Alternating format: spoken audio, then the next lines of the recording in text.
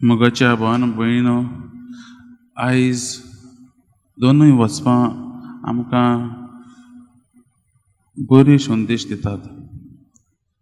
दोनूय वचपां पळयल्यार आमकां भावार्थाचे लोक दिसून येतात. पयल्या वचपांनी आमी आयकलां साराचो ओन भावार्थ ती सारा, आनी शुभ वर्तमान आमी सोदपुतीक पळयला, ताचो भावार्थ पळयतात. आनी जेजू अजाप जाता. मोगाच्या भावान आनी भयणीनो, जेन्ना आमी देवा लागीं भावार्थान मागतात, देवा लागीं भावार्थान आमी कितें विचारतात, देव आमकां केन्नाच ना म्हणिना. आयच्या शुभ वर्तमानांत आमी पळया, एक रोमकार सोदपुती जेजू मुखार येता.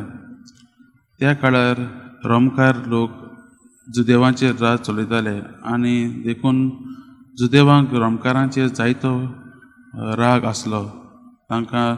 तीं तांच्या गुलामपणांत आसलीं, देखून तांकां जायतो राग.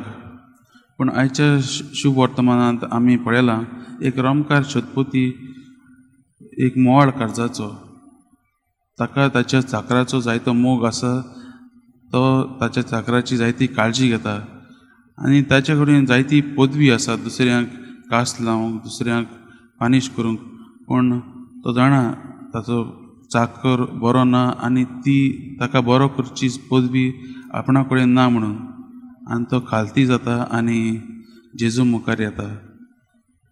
पयले जुदेव लोक रोमकारां बरेर, शिपायां बरेर खालती जाताले. पूण हो सोदपोती, रोमकार सोदपोती आपूण खालती जाता आनी जेजू थंय येता आनी जेजूक आपल्या चाकराक बरो करूंक सांगता. आनीक एक म्हणल्यार जेजू तयार जाता ताचे बाराबर वचूंक आनी ताच्या चाकराक बरें करूंक.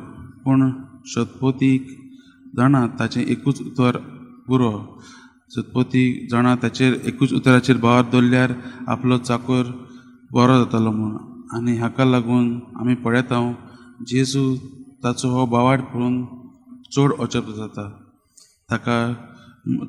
ताच्या दुसऱ्या फाटल्यान येतल्यांक तो तांकां ताचो उदाहरण अशें दिता.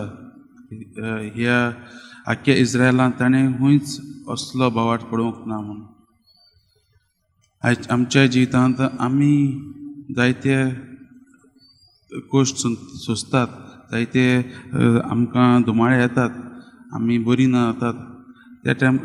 त्या वेळार आमी देवाचेर भावार्थ दवरपाचे सुवातेर आमचो भावार्थ केन्ना दुबावूय जाता. सारा भाशेन आमी दुबावी जातात, आमी बरीं जातलीं की ना. ह्या मिसाच्या बलिदानांत आज आमी नियाळ करता आसतना आमी मागुया आमचो भावार्थ गोड करूंक.